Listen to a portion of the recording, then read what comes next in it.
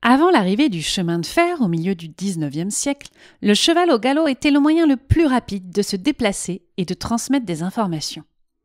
Cependant, des relais ont dû être installés sur la route, car un cheval soutient le galop sur de courtes distances.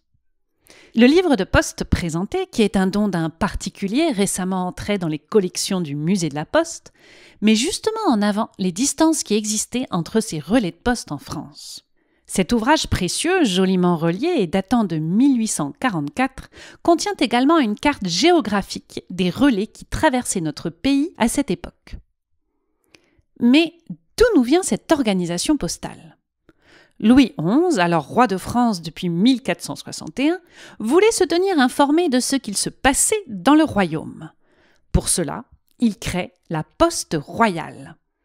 Celle-ci fonctionne sur le même principe que le cursus publicus, autre nom de la poste romaine mise en place entre 27 et 20 avant Jésus-Christ par l'empereur Auguste. En effet, des messagers à cheval galopent de relais en relais, distanciés d'environ 15 km. Une fois arrivés au relais, ces messagers changent de monture pour poursuivre leur route sans ralentir. C'est ainsi qu'en 1477, la nouvelle de la défaite de Charles le Téméraire parvint à Louis XI en quelques heures. Ce dispositif s'appelle la poste aux chevaux. Il a été mis en place vers 1476 et finalement, on comptera près de 2000 relais à la fin du XIXe siècle, à l'époque où est publié le livre de poste présenté. La poste aux chevaux est d'abord réservée au roi, puis sera ouverte au public par François Ier au début du XVIe siècle. Pourtant, il ne faut pas confondre ce service payant avec un service public de transport de lettres. C'est en effet Henri IV qui sera à l'initiative de la poste aux lettres à la fin du XVIe siècle, administration chargée de transporter les lettres des particuliers.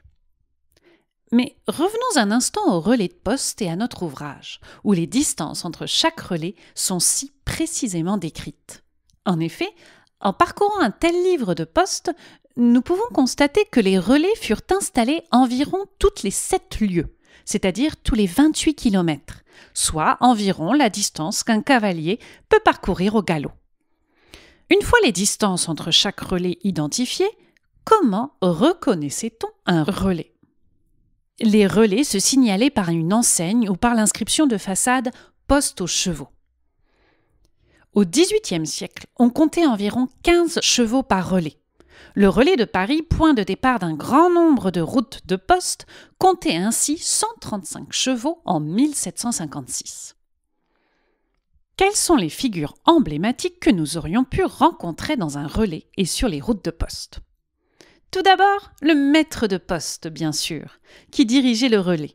Il était fermier et propriétaire de sa cavalerie et devait tenir gratuitement chevaux et employés à disposition des messagers du roi. Par contre, les particuliers payaient 30 sous par relais de poste pour louer un cheval. La charge de maître de poste se transmettait de génération en génération. Sur la route, c'était le postillon qui conduisait les voyageurs de son relais au relais suivant et revenait à vide et au pas à son relais d'appartenance avec le cheval prêté. Ce personnage, si reconnaissable à son uniforme obligatoire, a marqué l'imagerie populaire, notamment avec ses bottes de postillon, qui font penser aux bottes de 7 lieues et qui correspondaient à la distance entre chaque relais. Le courrier, quant à lui, était le messager, le gardien des dépêches qu'il devait défendre au péril de sa vie, alors qu'il était toujours accompagné de relais en relais par un postillon. Cependant, c'est l'avènement du chemin de fer dans les années 1840 qui mettra en péril la poste aux chevaux. Ce service s'arrêtera définitivement en 1873, après 400 ans d'existence. Les lettres seront ensuite triées directement dans le train qui les acheminera par le service des ambulants. Ainsi, ce livre de poste, par son histoire, nous permet de retracer l'histoire du voyage en France, dès l'époque moderne. Au-delà des livres de poste qui ont donné à la poste aux chevaux un accès à la postérité, certains écrivains ont laissé place à une forme de nostalgie de cette époque.